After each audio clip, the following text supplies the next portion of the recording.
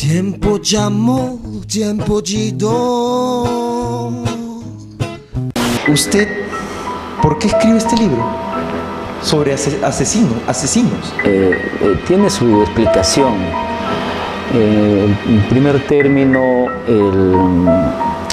toda ciudad tiene su lado oscuro, y es precisamente que ese lado oscuro no es muy develado por la persona. Sabemos muchos que existe ese lado oscuro, pero no lo tocamos, no lo abordamos, porque precisamente hay muchos casos, hay muchas realidades en él que las personas pueden encontrarse a sí mismas, pueden asustarse, pueden de repente encontrar mecanismos de una serie de situaciones contrarias a lo que uno pueda pensar, ¿no? Es necesario, por ejemplo, en la sociedad tacneña, todos esos casos se han dado en Tacna, en la región de Tacna. Claro. Todos son de Tacna. Efectivamente. Entonces, eso fue una consideración. Primero, ¿por qué no nos atrevemos a ver el lado oscuro de una ciudad? Tácitamente podría estar vedado, sobre todo cuando se trata de crímenes que alguna vez han sido relevantes en la sociedad tacneña.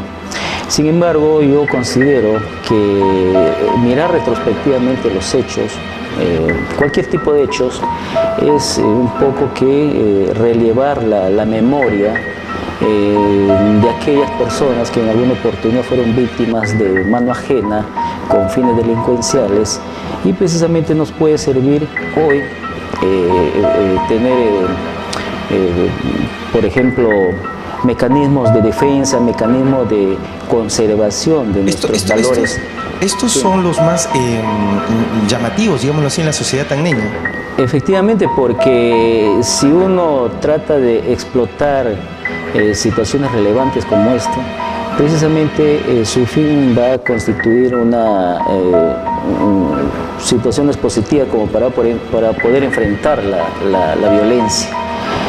Y estos casos relevantes, si bien es cierto en su oportunidad inquietaron a la comunidad tacneña, puede constituir hoy como referentes válidos para poder de repente recuperar esa capacidad de indignación que le falta a cualquier tipo de sociedad, no solamente la tacneña, y poder enfrentar, porque ahora, si usted verá, sucede un hecho criminoso y en la mañana y en la noche ya nos estamos olvidando. ¿Eso qué significa? Que la gente ya no tiene esa capacidad de asombro, esa capacidad de indignación, insensibles, y eso precisamente de eso precisamente aprovecha la delincuencia. Aprovecha y lo hace muy bien, y nosotros estamos con los brazos cruzados y no hacemos nada por neutralizar, por revertir esa situación. Porque estos, llamémoslo así, según lo que cuenta, lo que escribe en su libro, estos casos no estarían muy lejanos, llamémoslo así, de los grandes crímenes de la humanidad, o por lo menos a nivel nacional. O sea, es decir, los criminales tacneños, los asesinos tacneños, son del mismo nivel que el de los limeños, y hasta quizás, no sé, de los sicarios mexicanos, no sé hasta dónde remontar, ¿no? Claro. Probablemente la diferencia existe en el grado de crueldad. El grado de crueldad. Sin embargo, tiene su contrapeso. Por ejemplo, el caso de Loco de Martillo tiene un grado de crueldad que puede estar al mismo nivel de cualquiera de esos crímenes famosos que se han llevado a cabo en el Crimen y Castigo. Crimen y Castigo, y crímenes, por ejemplo, de psicópatas, asesinos en series. Entonces, Tacna también tiene su crimen de esa naturaleza.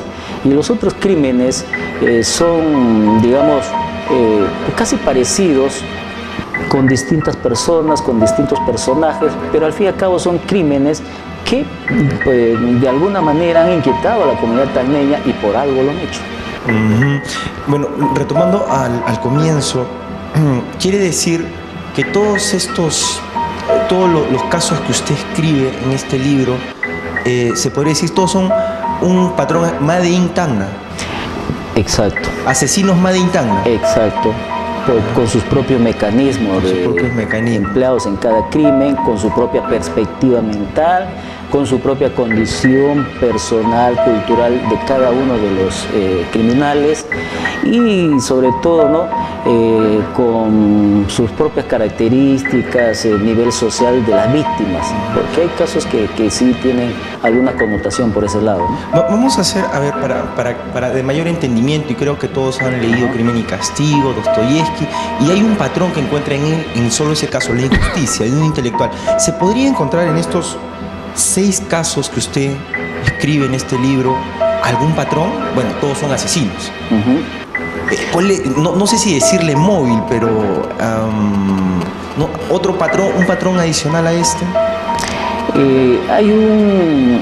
Para empezar, una característica especial de estos crímenes es que no se utiliza arma de fuego.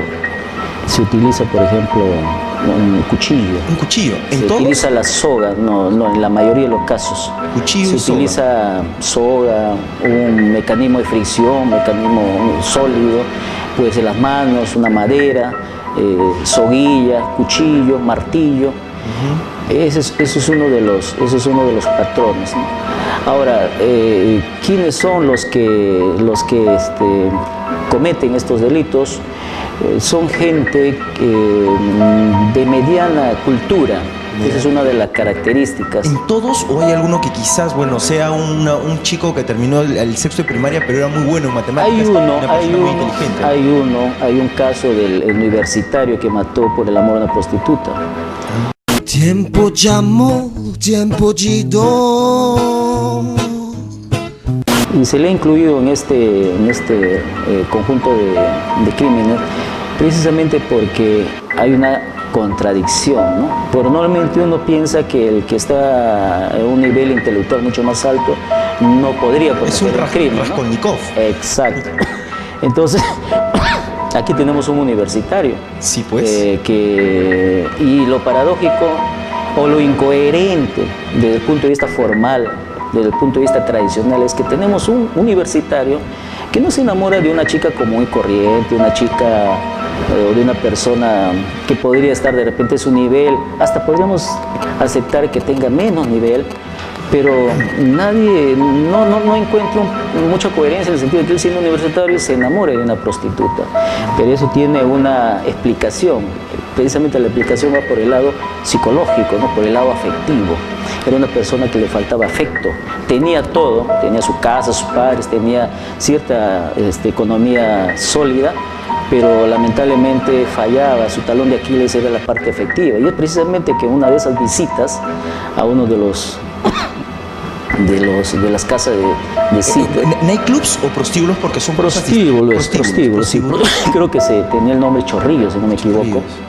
Ahí es donde conoce a esta mujer que se dedicaba a este oficio, y entre algunas visitas logra enamorarse de ella, y también ella compatibiliza sentimentalmente con él.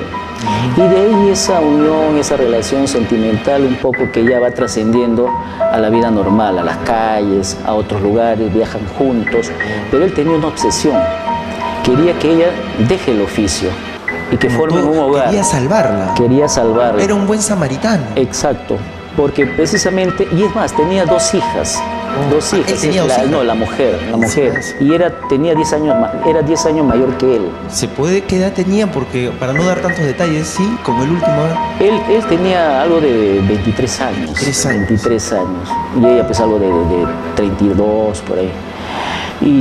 Pero la mujer sabía y sentía de que no podía hacer una relación con él. Y precisamente una de sus reflexiones es esa, ¿no? ¿Qué hago yo con él? ¿Qué hago con él, que tiene 10 años 10 años menor que ella? ¿Qué hago con él si él es universitario y yo tengo otro oficio? ¿Qué hago con él que quiere que yo salga de ese oficio? Si esa es mi actividad, eso me gusta, eso es lo único que sé hacer. Entonces ahí se genera un conflicto. Tal es así que cuando viajan a Huacho, donde ya de una vez ahí logran establecer qué es lo que se va a hacer en el futuro entre ellos. Y la mujer persiste en su idea de quedarse con el oficio, y él se molesta y regresa a Lima e inmediatamente a Tacna. Y en el camino es precisamente cómo podría vengarse. Y dice, De mí nadie se va a burlar, menos una prostituta. Es una frase que a él lo empuja a seguir tramando qué es lo que podría ser como una venganza contra ella, ¿no? ¿Sabe qué es lo que se me viene en la cabeza? Bueno, porque usted sabe que en la historia hay grandes asesinos e intelectuales asesinos. Y digo, cualquiera, usted que ha visto tantos casos y seguro ha visto más, ¿a qué paso estamos una persona natural, tratándose su libro de asesinatos, una persona normal, intelectual, digámoslo coloquialmente, de la de arriba o la de abajo? ¿A qué paso está de convertirse en un asesino? Porque un universitario, posición, el amor hizo matar. O sea, que cualquiera puede llegar a eso. O sea, tan Claro. fácil estamos al escalón del asesinato. Claro, hay una frase que dice, ¿no? Todos estamos en condiciones de ser asesinos, tan solo basta la oportunidad para hacerlo. Eso quiere decir que no interesa su condición cultural, económica, social. Cualquiera puede ser asesino por diversos motivos, nadie se escapa de eso. Entonces, los crímenes que uno contienen este libro y los crímenes que uno puede ver a través de la televisión, etcétera, etcétera, constituyen un espejo de cada uno, donde probablemente en su reflexión cada persona va viéndose a sí mismo. Si podría haber sido yo esa persona en su momento, o de repente no, ¿qué hubiera hecho yo o qué no hubiera hecho, ¿no? ¿Qué es lo que más le ha llamado la atención o el caso que más le ha llamado la atención para usted personalmente? Porque a mí me sorprendería, por ejemplo, de los payasos, ¿no? Del payaso asesino y de Coquito, que si mal no recuerdo es uno que se ponía una máscara de payaso, ¿no? No, el payaso asesino es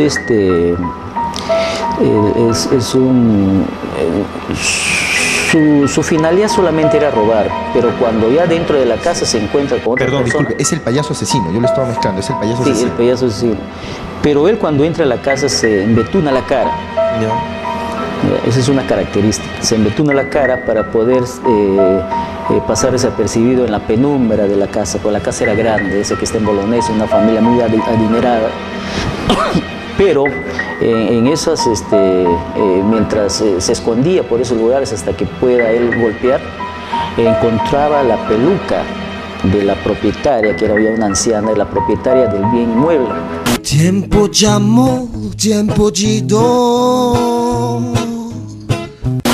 Entonces, en las dos ocasiones que estuvo en ese inmueble, se ponía la peluca y tenía la cara embetunada. Entonces, ya las descripciones que puedan hacer los testigos, etcétera, daban a entender que efectivamente se pintaba la cara y usaba una peluca, y por eso viene el apelativo de payaso asesino, pero es un apelativo policial. Es un apelativo policial. Así es, Okay, no es que yo le ponga el porque yo hubiera el embetunado, ¿no? El embetunado, claro. El embetunado con peluca rubia, no sé. Sí, sí, pero bueno, respetando siempre ya la etiqueta periodística, ¿no? Y a usted, retomo, ¿cuál era el que más le llamó la atención? No sé, el más atroz, el más sanguinario, uno que se ría al matarla, no sé, hizo un ritual. De todos estos, el más cruel, el de mayor pavor, para mí es el loco de martillo. El loco del martillo. Primero porque no tiene miramientos para matar a su propia hermana. Lo hace con un fin, el móvil era el robo de dinero. Y mata a sus sobrinos, mata al conviviente de su hermana. Esto, recuerdo el caso, ¿esto fue progresivamente o fue en una noche? Primero mata a un amigo un año antes, después mata a otra persona y luego mata a toda su familia aproximadamente en un par de días. ¿Y los entierra? Los entierra ahí en el interior de la casa, en un jardín. Ahí los entierra. Él tenía, un amigo creo que llegó a tener contacto con él, bueno, leía la Biblia satánica o no sé. Hay algunos indicativos que él asistía a estos ritos satánicos, pero es una información débil que yo no lo he explotado porque... Pero sí había ese indicativo en el expediente porque él se drogaba. ¿Cuál era la finalidad de él? Él simplemente quería obtener el dinero para libar licor o de alguna forma también drogarse. y de ahí acudía a algunos ritos, algunos caminos satánicos, pero no he encontrado mayor información sobre el particular. Pero sí se decía que era una persona muy inteligente, que estudiaba medicina inclusive. Sí, pues. Estudiaba medicina. Ahora, Y cuentan también que al final, cuando él es ingresado al penal, y eso lo incluye en el libro, es que cuando a él lo ingresan al penal, pasan los días y una noche mientras él dormía, o una tarde mientras él se quedó dormido, se despierta con algo húmedo en la cara y se da cuenta que había un grupo de internos que le estaba molestando. Uno de ellos le estaba orinando la cara. Entonces él no se inmutó, simplemente memorizó el rostro de esa persona.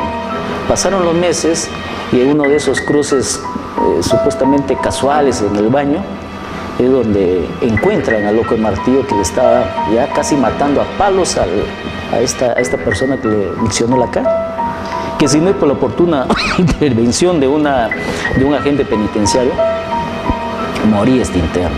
A partir de allí ya él proyectó una imagen un poco fuerte, que ya inclusive los mismos internos no se metían con él, respetaban su mundo. Señor Alvarado, bueno, le digo señor, usted es juez, usted es magistrado, usted es abogado, usted es poeta. La categoría más difícil para mí encontrar es un señor, por eso se lo digo. Gracias. Es muy difícil ser señor ahora.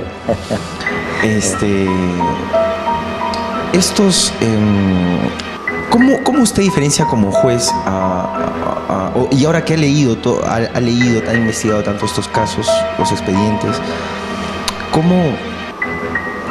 yo digo, estas personas están locas, algunas de ellas, no todas, algunos el asesinato se lo encontraron porque no les quedaba otra, pero el loco del martillo, yo digo, ¿qué hace en el penal?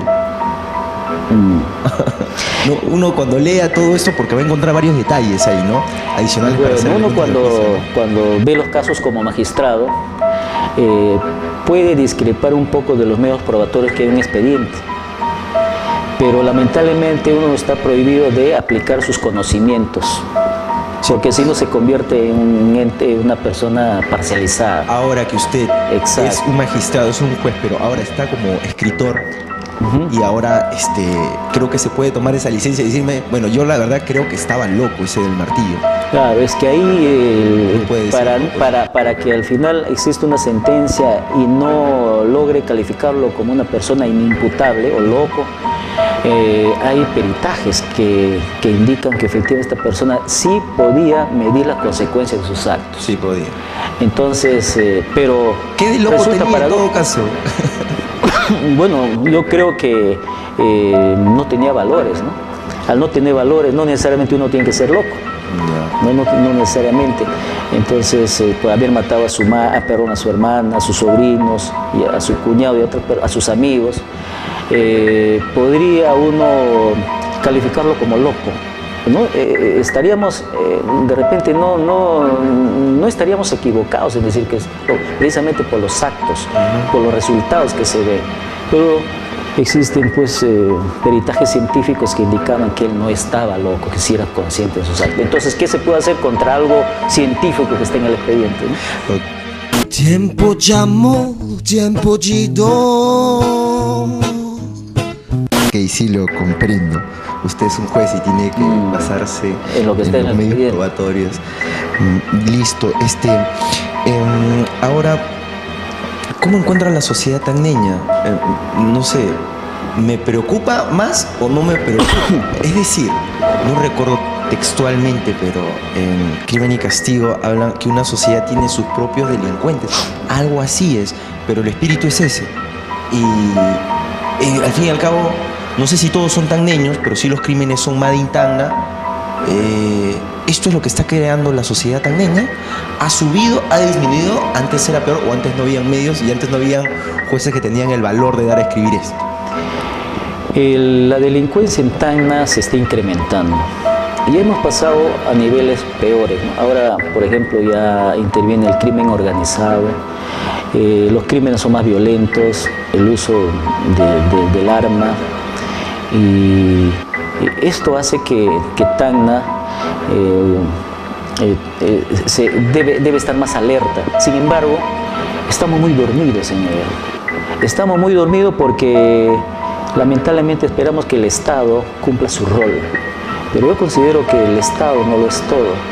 Yo creo que todo debe partir de nosotros, ¿no? De nosotros como personas, con valores, con personas que, lejos de pensar en uno mismo, tiene que hacerlo en forma grupal, porque al fin y al cabo somos sociedad. Sin embargo, eso es lo que he podido notar en la sociedad, no solamente tainea, sino en cualquier sociedad. Hay una especie de letargo, ¿no? No reaccionamos, nos falta reflejos para reaccionar ante un crimen. Por ejemplo, hace 2 días, 3 días, El abogado. asesinaron a un abogado, pero la noticia fue impactante al día siguiente. A Lima llegó. Llegó a Lima hasta ayer, pero hoy, conforme he podido apreciar, ese crimen ya pasó. Fue el sábado, pues. Fue el fin de sábado, ya semana. pasó. Pero antes no. Antes persistía esto. Y este impacto generaba inquietud, generaba rechazo de la población. Pero ahora vemos que no hay rechazo. Cada uno vive su vida. Eso es lo peligroso en la ciudad. Y precisamente de ese letargo, de esa falta de capacidad de indignación, si quiere de asombro, se aprovecha la delincuencia. Porque el delincuente que mató al abogado, o los delincuentes que mataron al abogado el sábado Y violaron a su... compañera, ya están pensando que dentro de 3 o 4 días pueden cometer otro crimen. ¿Por qué? El criminal, ¿qué es lo que hace? Primero mira sigilosamente a través de la ventana, luego saca la cabeza por la ventana y ve si todo está tranquilo y nuevamente empieza a trabajar. Antes había un buen lapso de tiempo, antes había de repente un cambio en este criminal que no era capturado, o que si fuese capturado iba al penal y cumplía su condena, pero ahora no. Ahora fíjese, estos criminales están sueltos, dentro de 3 o 4 días pueden golpear otra vez. ¿Por qué? Porque no hay un freno, porque no hay una sociedad organizada con fines de defensa, no hay una sociedad que se cohesione con el fin de combatir la delincuencia. Y precisamente en ese contexto es que el mensaje que quiero dar en esta colección de crímenes relevantes, ¿para qué? Para que la gente lea no en sí el crimen, sino que lea hasta dónde puede llegar el ser humano, el criminal, y hasta dónde podemos llegar nosotros como sociedad si seguimos con los brazos cruzados. Esto va avanzando, ¿y qué hacemos? ¿Qué nos corresponde hacer a nosotros como sociedad? Déjeme comentarle algo, psicosis de la información. Es que el sábado, usted decía, contando el caso del abogado, es que eso ocurrió el sábado y tanta información, domingo y lunes, han pasado tantas cosas y la gente se olvida rápido. Se olvida rápido. Es la computadora, entras y un titular, usted se va a la esquina y mira, suicidias, el congresista, muerto abajo, guerra en Corea del Norte, misiles por ahí, misiles por allá, combate al centro. Portada todavía. Nos hace más insensibles, usted tiene toda la razón. Y de eso se aprovecha la delincuencia. Inteligente. Mientras uno está distraído, como usted dice, en la televisión, en el internet y en otras cosas parecidas, el delincuente nos está robando, nos está matando. Si usted puede apreciar en algunos robos en Lima, en un restaurante, en una mesa, 4 o 5 personas conversando, mirándose uno al otro, y tiene la laptop o el maletín ahí al costado de una de las 5 personas, y el ladrón se acerca y sin ningún problema se lleva la laptop. Esa escena es lo que sucede en toda sociedad tagneña. Mientras está distraído en cosas no muy importantes, está generando debilidad que es muy bien aprovechada por la delincuencia. Eso es lo que pasa, en otras palabras. Ahora, señor Valdivia, ¿estos asesinos pueden cambiar? ¿Alguno conoce que haya cambiado? La gente está perdiendo cada vez más, no sé, esperanzas de que estos asesinos puedan cambiar. Yo estoy en la radio, es decir, pena de muerte. No quieren volver a eso, ¿no? Y Tempo de paz não faz nem desfaz. conversaba con el profesor, no sé si usted lo conoce, Juan Torres Gárate. Si aplicamos la pena de muerte desde mi punto de vista, quiere decir que hemos perdido la esperanza en el ser humano. Y otros países lo han perdido, la verdad, porque la aplican en algunos estados, Norteamérica, en otras culturas, ¿no? Países. ¿Usted cree que puedan cambiar? Dependiendo de del hecho criminoso, si ha sido ocasional o no. De los seis. ¿No? De los seis casos que usted presenta en su libro. Ya. Yo creo que el 50%, yo diría hasta el 70% de estos casos específicos sí han tenido la oportunidad de cambiar y han cambiado. Sí, pero el 70% considero que no, porque ya es parte de su propia naturaleza. Un 30% sí ha cambiado. No, el 70% sí ha cambiado, pero el 30% de estos casos específicos, el 30% ya no, porque es su naturaleza. Como que él dice... ¿Es verdad que esto, o sea, ser asesino viene de fábrica? No, o sea, la máquina fue así para asesinar. Tiene de todo, pero eso se va generando desde niño. Hay frustraciones, hay desencuentros existenciales, hay pocas oportunidades y sobre todo falta de valores. Esa gente que no tiene valores y a lo que se agrega frustraciones, debilidades afectivas, etc., simplemente su modo de vida tendría una de sus variantes, el crimen, porque ya no tiene nada que perder. No tiene capacidad reflexiva, no tiene visión, ya no tiene nada. Es una persona que simplemente se dedica a comer, a vivir a su manera y creyendo de que él podría hacer lo que le dé la gana.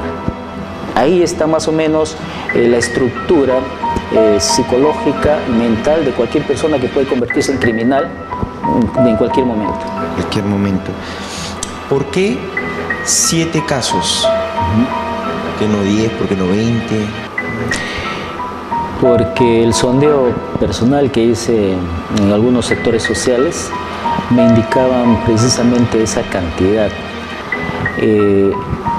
Había un caso también de una niña de 12 años que fue violada. Vivía con unas monjitas, creo que por Blonde. Me dicen que también fue un caso sonado en su oportunidad porque era uno de los primeros casos de violación en Tacna. Yo un poco que deseché ese caso porque habría que investigar un poco más, ¿no? Pero nos quedamos en 7 casos porque eran lo más relevante, era lo que más inquietaron a Tacna y precisamente había una serie de situaciones que hacían que estos casos sean los más llamativos. Este es producto de un sondeo. Y tal es así que luego de esa información realicé una búsqueda en los respectivos expedientes, en los periódicos, de tal forma que se ha ido ya de una vez formando cada uno de los casos, ¿no? Señor Alvarado, esto es particularmente una de las pocas publicaciones que hay sobre asesinatos, concretamente de los más sonados en Tacna. ¿Usted ha leído otra similar a la suya? Que no sean casos tampoco tan antiguos, ¿no? No, yo en Lima, porque estoy residiendo acá en Tacna aproximadamente 3 años, yo vengo de otro lugar, concursé para magistrado en otro lugar y gané la plaza acá en Tacna. ¿Usted no es de Tacna? No soy de Tacna. Okay. Ya, yo soy de Quito. Gracias igual por contribuir. No, sí. Uno no es profeta en su tierra y de repente una mirada de ojos extraños podría encontrar mucho más cosas que lo que uno es. ¿Usted de dónde es? De Quitos. ¿Quitos? Sí. Ahí está. Entonces, sí he visto algunos, pero por ejemplo, no me acuerdo el autor, un periodista, un apellido polaco, escribió El crimen del Hotel Comercio, si no me equivoco, yo, 2, 3 crímenes, pero en los años 1920. 1920, sucedieron en Lima, ya todos en Lima.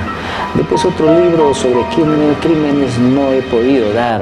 ¿Y aquí en Tacna? En Tacna no, solo que hace unos meses he podido ver un libro de La pena de muerte en Tacna de un periodista Centeno, creo que era Efraín Centeno. Y Sí, sí, Efraín Centeno. Pude leer sobre el caso del señor que lo fusilaron, lo condenaron a pena de muerte, de apellido Coaila, por haber matado también a una mujer. Era un caso sonado en que inclusive ha tenido algunas cuestiones anecdóticas, creo que inclusive por haber apelado, si uno hubiera apelado no lo hubieran condenado al fusilamiento. Sí, pues. Eso fue la anecdótica. Que al final era inocente. Pues. No inocente, sino que creo que le habían condenado a 35 años, 30 años y podía estar viviendo hasta ahora, ¿no? Pero lo cierto es que creo que su abogado lo asesoró para que apele, y justo en la ley en el gobierno de Velasco se promulgó una ley Pudo salvarse. pudo salvarse. Por ahí está el asunto, un poco que sí, pudo así el salvarse. destino, ya estaba predestinado, ¿no? Sí, pues sí, es verdad. Y qué bueno, gracias por contribuir usted, Iquito. Bueno, me entero recién. Bueno, gracias. ¿Algo más? No sé, escriben más sobre estos, vamos, jueces motiense, porque ustedes están de cerca y ven los expedientes. Bueno, los periodistas también pueden hacerlo, algunos lo están haciendo. Pero yo creo hay mayor que acceso de su parte, obviamente. casos como estos, de repente ya tenemos varias miradas, la mirada del periodista, la mirada del juez, la mirada del fiscal, ¿no? Pero creo que faltaba este tipo de miradas, mirada un poco a escondidas, pero hurgando un poco más en esa oscuridad que a veces nosotros no ingresamos. Creo que aquí con estos casos estamos mostrando a la comunidad desde el punto de vista objetivo y subjetivo. Primero porque no le damos un enfoque estrictamente jurídico, le damos un enfoque social para que la gente pueda leer, gente común y corriente pueda leer y pueda conocer parte de su historia, porque esta es parte de su historia, de esa historia oscura, al fin y al cabo historia, y esto... Tempo de paz na faz da minha